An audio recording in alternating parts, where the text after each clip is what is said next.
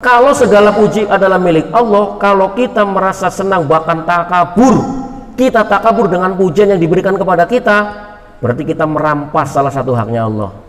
Hati-hati bagi orang yang sering dipuji, dan hati-hati orang yang suka memuji.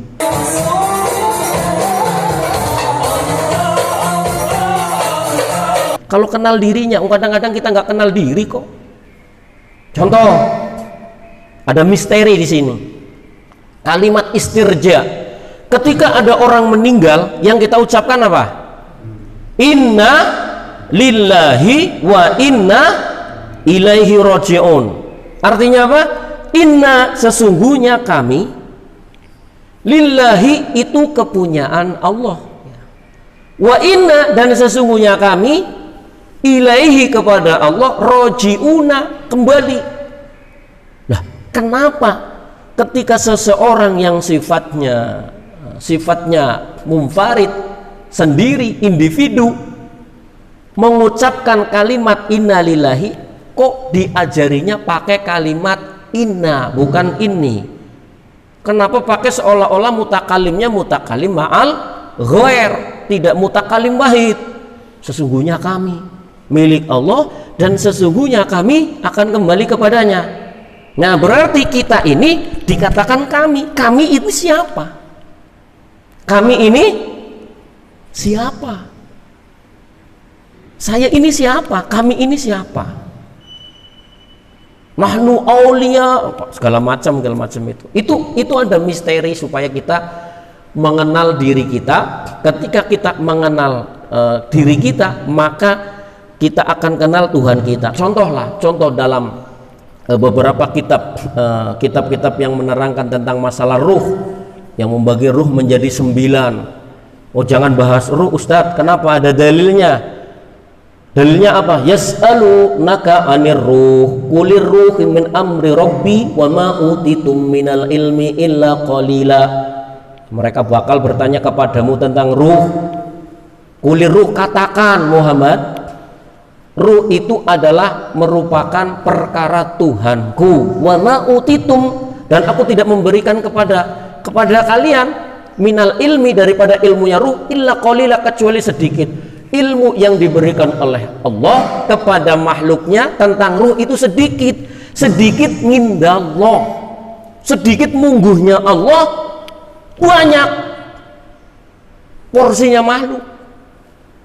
Jadi ketika banyak orang-orang yang akhirnya karena terpaku secara tekstual ayat ini, secara tekstual, maka tidak mau mengkaji diri yang ada dengan kaitannya ruhani.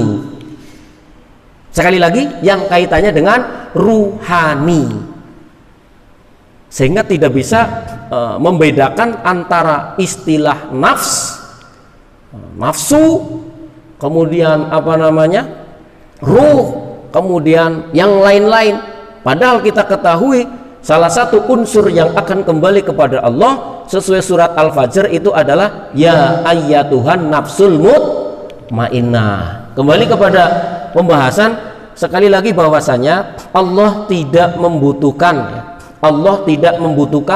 zat yang mewujudkan, karena Allah lah zat yang mewujudkan sesuatu. Li'annahu ta'ala huwal mawjud lil asya.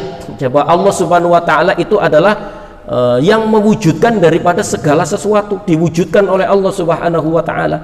Jadi kalau umpamanya laukan Allah ta'ala muhtajan ilal mahal, andaikan Allah itu butuh terhadap tempat yang merupakan diwujudkan oleh Allah subhanahu wa ta'ala, ya Allah sama dengan makhluknya, itu tidak mungkin.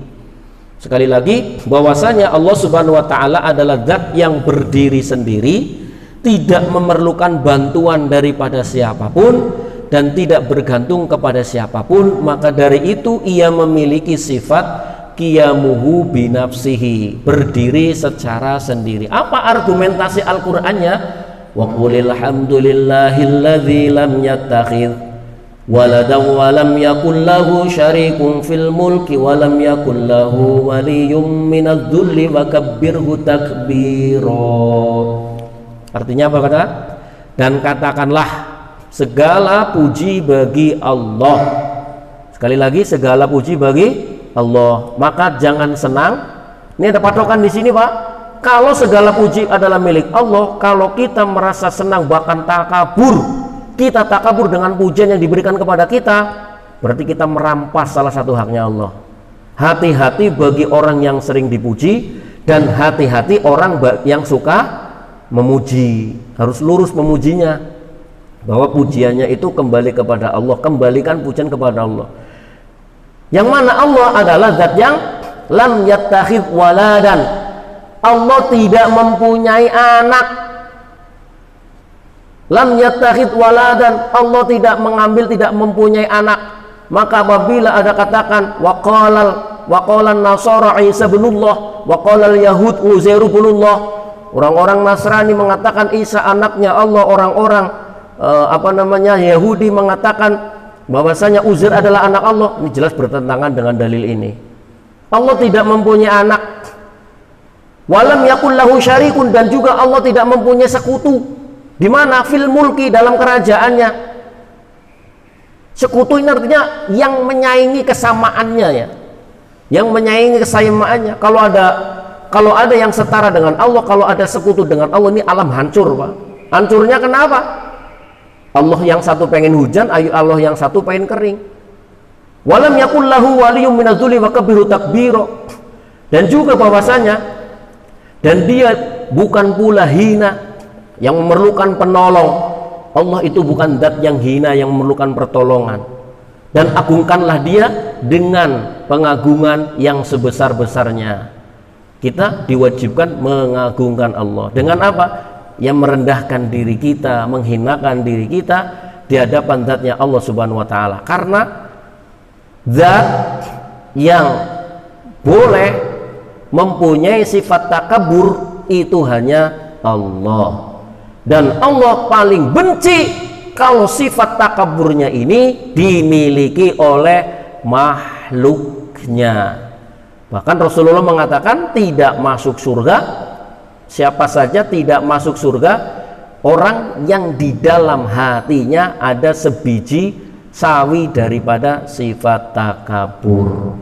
Bahwa intinya sifat qiyamuhu binafsihi menjelaskan kepada kita Allah berbeda dengan makhluk. Allah berdiri sendiri tanpa bantuan, dan Allah adalah zat yang maha sempurna, dan kita wajib untuk menghinakan diri kita, artinya merendah di hadapan zatnya Allah Subhanahu wa Ta'ala. Semoga dua sifat ini menjadikan kita lebih dekat mengenal zatnya Allah Subhanahu wa Ta'ala. Wallahu a'lam bishawab. Mungkin